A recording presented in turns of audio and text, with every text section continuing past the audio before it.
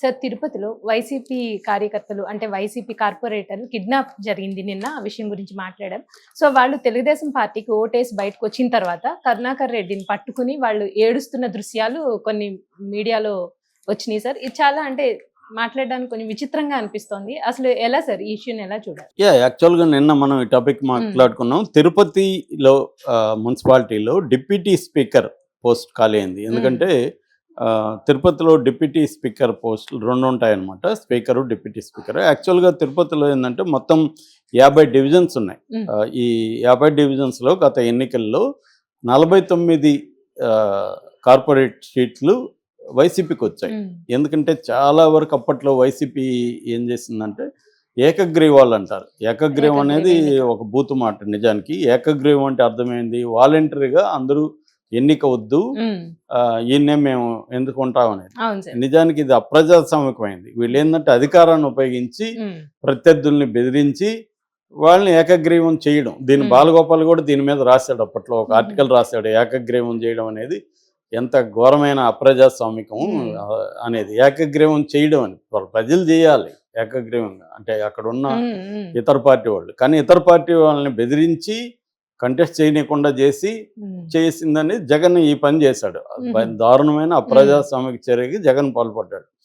So అలాగే వీళ్ళు ఏం చేశారంటే 49 మంది తిరుపతిలో వీళ్ళల్లో ఉన్నారు. ఒకే ఒక ఆర్సి మునికృష్ణ అనే ఒక కార్పొరేటర్ మాత్రమే తెలుగుదేశం తరపున గెలిచాడు. సో అప్పట్లో 49 మంది ఉన్నారు. ఈ శిరీష్ అనే ఆవిడ మేయర్గా ఉంటే అభినయ్ రెడ్డి ఈ deputy speaker, 1 of the 2 deputy స్పీకర్స్లో ఒకరనమాట ఉన్నాడు. అయితే మొన్న ఎన్నికల్లో 2024 ఎన్నికల్లో అక్కడ ఎమ్మెల్యేగా ఈయనకి అభినయ్ రెడ్డి వచ్చి భూమన కరుణాకర్ రెడ్డి వాళ్ళ అబ్బాయి. ఆ అబ్బాయికి ఇచ్చాడు జగన్. దాంతో అబ్బాయి రిజైన్ చేయాల్సి వచ్చింది. 2 పోస్టులు ఉండకూడదు కాబట్టి దానికి రిజైన్ చేసి ఎమ్మెల్యేగా కంటెస్ట్ చేశాడు, ఓడిపోయాడు. ఆర్ఎన్ఎస్ శ్రీనివాసులు అని అక్కడ జనసేన తరపున, ఒకప్పుడు ఆర్ఎన్ఎస్ శ్రీనివాసులు వైసీపీలో ఉన్నాడు, జనసేనకి వెళ్ళి జనసేన నుంచి అక్కడ టికెట్ వస్తే అతను గెలిచాడు. ఇప్పుడు ఏమైంది, ఈ తెలుగుదేశం గవర్నమెంట్ వచ్చింది. ఇప్పుడు మొత్తం రాష్ట్ర మున్సిపాలిటీల్లో 12 పోస్టులు ఖాళీ అయినాయి. డిప్యూటీ స్పీకర్ కావచ్చు, డిప్యూటీ మేయర్ కావచ్చు, ఇలా 12 పోస్టులు ఖాళీ అయితే 12 వాటికి ఎన్నికలు కంటెస్ట్ చేశారు. నిన్న జరిగిన ఎన్నికల్లో 7 మంది కూటమి అభ్యర్థులు గెలిచారు. 5 మందిది పోస్ట్ పోన్ అయింది ఈ రోజుకి. నాకు తెలిసి 5 మంది కూడా వాళ్ళే అవుతారు. అయితే మామూలుగా మనకు ఒక మార్క్స్ కొటేషన్ ఉంది, Karl Marx quotation, history repeats it self some times as tragedy some times as farce అని. చరిత్ర పునరావృతం అవుతుంది, జరిగిందే జరుగుతుంది. ఒక్కొక్కసారి విషాదంగా జరుగుతుంది, ఒక్కొక్కసారి ఫార్స్ అంటే అపహాస్యం చేసే విధంగా జరుగుతుంది అనేది మార్క్స్ కొటేషన్. అంటే ఏంటంటే చరిత్ర నుంచి ప్రజలు ఏమి నేర్చుకోరు అని. అదే దాన్ని ఫ్రాయిడ్ కూడా చెప్తాడు. మనుషులు ఎవరు కూడా తమ గత అనుభవాల నుంచి ఏమి నేర్చుకోరు, మళ్ళీ అదే అనుభవాన్ని రిపీట్ చేస్తున్నారు. ఆయన ఫ్రాయిడ్ ఆన్ లవ్ అనే ఒక టాపిక్ ఉంది. నేను కూడా దాన్ని తెలుగులో ఒక పత్రికలో అనువాదం చేశాను. అదేంటంటే మనుషులు ప్రేమలో పడతారు, వాళ్ళు ఫెయిల్ అవుతారు, బాధపడతారు, ఏడుస్తారు, మళ్ళీ బుద్ధి రాదు వాళ్ళకి, మళ్ళీ ప్రేమిస్తారు, మళ్ళీ ఈ సైకిల్ ఇదే జరుగుతుంది అని ఆ లవ్ అనే టాపిక్ లో ఫ్రాయిడ్ రాస్తాడు. హిస్టరీ నుంచి ఏం నేర్చుకోరు. అలాగే మనకి ఇది గతంలో జగన్ ఇదే పని చేస్తే ఇప్పుడు తెలుగుదేశం కూడా అంతకంటే ఎక్కువ ఇదే పనే చేస్తుంది. తెలుగుదేశం కూడా ఏం చేస్తుంది, బెదిరించి భయపెట్టి కిడ్నాప్ చేసి వాళ్ళని కొట్టి ఆ కార్పొరేట్లను బస్సులో వస్తుంటే పాండిచ్చేరికి తీసుకెళ్లారు. వీళ్ళు పాండిచ్చేరి నుంచి ఓటేయడానికి వస్తుంటే మధ్యలో ఆపి బస్సుని అది డోర్ రాకపోతే అద్దాలకు గుజ్జి కొట్టి, నిన్న చెప్పాను ఇవన్నీ, లాగి వాళ్ళని కిడ్నాప్ చేసి తీసుకెళ్లారు. కొంతమందినేమో నయానా ఇది చేసి ఒక 20 మందిని లాగారు 49 మందిలో. మిగతా వాళ్ళని తమ గెలుపు అవసరమైన మెజార్టీ కావాలి కాబట్టి లాగి కొట్టి తీసుకెళ్లారు. అందులో నలుగురులో 3 ఓటేశారు. ఒక అతను ఎవరికి వేయలే, తటస్థంగా ఉన్నాడు. అమర్నాథ్ రెడ్డి అనే అతను తటస్థంగా ఉన్నాడు. మిగతా 3 అనీష్ రాయల్, మోహన్ కృష్ణ యాదవ్, అనిల్ కుమార్ అనే 3 కార్పొరేటర్లు అక్కడ ఓట్లు వేసేసి ఈ కరుణాకర్ రెడ్డి ఇంటికి వచ్చి కరుణాకర్ రెడ్డి కాళ్ళ మీద, అభినయ్ రెడ్డి మీద కాళ్ళ మీద పడి బోరున విలపిస్తున్నారు. వీళ్ళు కూడా వాళ్ళని ఏం తిట్టట్లేదు, దుర్మార్గాలు మా క్యాంటీగా ఓట్లేసి మళ్ళీ వస్తారా అనకుండా వాళ్ళని హక్కున చేర్చుకుని పర్వాలేదు మేము అర్థం చేసుకున్నాం, మీరేం బాధపడకండి అని వాళ్ళని ఓదారుస్తున్నారు. ఈ విజువల్స్ ఇప్పుడు విపరీతంగా వైరల్ అయిపోయినాయి. వైరల్ అయిపోయి వైసీపీలో ఒక ధైర్యం, అంటే ఇలాగే ఉండాలిరా నాయకులు, తమకు వ్యతిరేకంగా ఓట్లేసినా కూడా మామూలుగా అయితే ద్రోహి నువ్వు మాకు వ్యతిరేకంగా వేస్తావా అని చేయాల్సింది పోయి హక్కును చేర్చుకొని వాళ్ళు ఏడుస్తుంటే వీళ్ళే ఓదార్చి, లీడర్షిప్ అంటే ఇలా ఉండాలి అంటే ఒక క్రైసిస్ వచ్చినప్పుడు ఎంతో పోరాడాడు అభినయ్ రెడ్డి. పోలీస్ స్టేషన్కి వెళ్ళాడు, తన వాళ్ళని కాపాడుకోవడానికి ఫైట్ చేశాడు, వీధుల్లోకి వచ్చాడు, అన్ని చేశాడు. ఇన్స్పైట్ ఆఫ్ దట్ పవర్ వాళ్ళ దగ్గర ఉంది కాబట్టి, వ్యవస్థలన్నీ వాళ్ళకి అనుకూలంగా ఉంటాయి కాబట్టి అదే జరిగింది. ఒకప్పుడు వీళ్ళు కూడా అదే చేశారు, తిరుపతిలో ఇదే బ్యాచ్ మళ్ళీ చేశారు.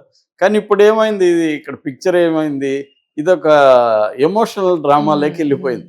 ఎమోషనల్ డ్రామాగా వైసీపీ వాళ్ళకేమో ధైర్యం, వాళ్ళు షేర్ చేసుకుని నాయకులు అంటే ఇలా ఉండాలి, ఇలాంటి వాళ్ళకి జగన్ బలము, ఇలాంటి నాయకులు ఉంటే నేను ఏమైనా చేస్తానని జగన్ కూడా అనుకుంటాడు. అంటే కార్యకర్తల్ని, తన నమ్మిన లీడర్లని, వాళ్ళు మనకి వ్యతిరేకంగా ఉన్నా కూడా వాళ్ళని అర్థం చేసుకొని ఏ పరిస్థితిలో వ్యతిరేకంగా ఉన్నారు అని వాళ్ళని హక్కును చేర్చుకున్నప్పుడు మిగతా వాళ్ళు వైసీపీలో కేడర్ కూడా ఎలాంటి నాయకుల దగ్గర మనం పనిచేయాలి అంటే, వాళ్ళకి యాంటీగా ఉన్న వాళ్ళనే వాళ్ళు హక్ చేసుకోగలిగి ఓదారుస్తున్నారంటే ఇంకా వాళ్ళ కోసం మనం పనిచేస్తే వాళ్ళు మనల్ని వదిలేరు, మనల్ని చూసుకుంటారు అనే లీడర్షిప్ ఉండాలి. నిజానికి ఈ పని జగన్ చేయలేదు. జగన్ నమ్మి జగన్ కోసం పోరాడి 5 ఏళ్ళు నానా బాధలు పడి తెలుగుదేశం మీద వస్తే జగన్ వాళ్ళందరినీ పక్కన పెట్టేసి ఒక కోటరీ పెట్టుకొని, ఈ కోటరీని ప్రజలకి నేను డీబీటీ ద్వారా డబ్బులు వేస్తా కాబట్టి వాళ్ళు నాకు ఓట్లు వేస్తారని ఎమ్మెల్యేలని, ఎంపీలని, ఎమ్మెల్సీలని, సెకండరీ లీడర్షిప్ని వీళ్ళందరినీ పక్కన పెట్టేసి, కేడర్ని దారుణంగా పక్కన పెట్టేసి వాలంటరీ వ్యవస్థ తీసుకొచ్చి కేడర్ని, నాయకత్వాన్ని ఇద్దరిని కూడా అవమానించి నోటికి వచ్చినట్టుగా ఇష్టం వచ్చినట్టుగా అదేదో ట్రాన్స్ఫర్లు ఉంటాయి, అక్కడ వాళ్ళని ఇక్కడ పెట్టడం, ఇక్కడ వాళ్ళని అక్కడ పెట్టడం, ఇష్టం వచ్చినట్టు చేశాడు, అది అనుభవించాడు. కానీ ఈ కొంతమంది వైసీపీలో ఇలాంటి లీడర్లు ఉండాలి, ఆదర్శంగా తండ్రి కొడుకులు ఆదర్శంగా ఉన్నారు అన్న వార్త వైరల్ అవుతుంది. బట్ ఆ మేరకే అది వాస్తవమే కావచ్చు. ఎందుకంటే లీడర్షిప్ అనేది ఎప్పుడైనా క్రైసిస్లో, ఇప్పుడు లీడర్షిప్పే కాదు, మామూలుగా రాబర్ట్ మెకే అని ఒక స్క్రీన్ ప్లే రైటర్ అంటాడు, ఒక హ్యూమన్ బీయింగ్ రియల్ క్యారెక్టర్ ఎప్పుడు తెలుస్తుందంటే ఒక క్రైసిస్ సిచ్యువేషన్లో ఎలా బిహేవ్ చేస్తుంది. ఇప్పుడు మన ఇద్దరం ఫ్రెండ్స్ అనుకోండి, నేను రోజు మీకు గుడ్ మార్నింగ్ చెప్తుంటాను, మీకోసం నేనేమన్నా త్యాగం చేస్తానండి, మీరు నా ఫ్రెండ్ అంటుంటాను. కానీ మీ క్రైసిస్ వచ్చినప్పుడు నేను కనబడినాను, అప్పుడు నా రియల్ క్యారెక్టర్, అసలు క్యారెక్టర్ కనబడేది అప్పుడే. మన క్రైసిస్ సిచ్యువేషన్లో ఎవరు నిలబడ్డారు అనేది వెరీ ఇంపార్టెంట్. అందుకని సినిమా స్క్రిప్ట్ రాసేటప్పుడు ఇటువంటి సీన్లు క్రియేట్ చేయమని రాబర్ట్ మెకీ చెప్తాడు అనమాట. మామూలు ఫ్రెండ్షిప్ పేరు, నీకు సమస్య వచ్చినప్పుడు ఉంటారు వాళ్ళే.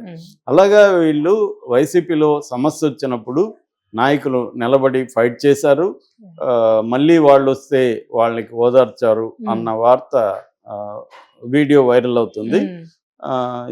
ఇప్పుడు ఆ ఆర్సి మునికృష్ణ ఉన్నాడు కదా, అతను డిప్యూటీ స్పీకర్ అయ్యాడు. సో మిగతా అన్ని చోట్ల కూడా ఈవెన్ నందిగామ ఎక్కడో వాళ్ళని కూడా ఇబ్బంది పెట్టగలిగారు. తంగిరాల సింహమే తెలుగుదేశం వాళ్ళకి దీంట్లో బ్యాడ్ నేమ్ వచ్చింది ఓవరాల్. ఎందుకంటే వైసీపీ ఏది చేసిందో అదే చేసినప్పుడు బ్యాడ్ నేమ్ వస్తుంది కదా కంపారిజన్. ఎందుకంటే వీళ్ళు 5 ఏళ్ళు వైసీపీ అరాచకాల మీద పోరాడుతున్నారు. ఇదే పవన్ కళ్యాణ్, ఆయన మాట్లాడితే నీతులు చెప్తాడు, మాట్లాడితే కొటేషన్లు ఇస్తూ ఉంటాడు, నాకు పదవులే ఇంపార్టెంట్ కాదు ప్రజల కోసం అంటుంటాడు. మరి ఇంత నీ ఎమ్మెల్యే కొడుకు దారుణంగా కిడ్నాపులు చేస్తే నోరు తెరవడు ఆయన. ఇది పవన్ కళ్యాణ్తో ప్రాబ్లం మనకి. అతను నీతులు చెప్పకపోతే పవన్ కళ్యాణ్తో కూడా ప్రాబ్లం లేదు. అందరు రాజకీయ నాయకులు, నేను కూడా వాడు ఉపేంద్ర డైలాగ్ లాగా నువ్వు ఎదవే నేను ఎదవే అంటుంటాడు సినిమాలో. ఉపేంద్ర ఎవడిక్కడే లేరు, నువ్వు ఎదవే నేను ఎదవే, నేను తరలేనన్మగ నాను తరలేనన్మగ అని కన్నడలో చెప్తుంటాడు. ఫస్ట్ సినిమా అదే అనమాట, టైటిలే తరలేనన్మగ. అలాంటి ఉంటే ఓకే. ఇతనేమో నీతులు చెప్తాడు రోజు పవన్ కళ్యాణ్ వచ్చి. ఇప్పుడేమో వాళ్ళోళ్ళు మొన్న ముద్రగడ పద్మ మీద దాడి చేస్తే దాని ఏం పట్టించుకోవట్లేదు. ఇప్పుడేమో కిడ్నాపులు చేసి ఆర్ఎన్ శ్రీనివాసులు ఎవరు, జనసేన ఎమ్మెల్యే, వాళ్ళ కొడుకు మదన్ ఎవరు, జనసేన అతను, వాళ్ళిద్దరు కలిసి దాడులు చేసి కిడ్నాపులు చేసి ఇంత ఘోరంగా ఉంటే పవన్ కళ్యాణ్ స్టేట్మెంట్ ఇయ్యడు. ఇంకొక దాంట్లో వచ్చి మాత్రం తను గొప్పోడు, తెలియదు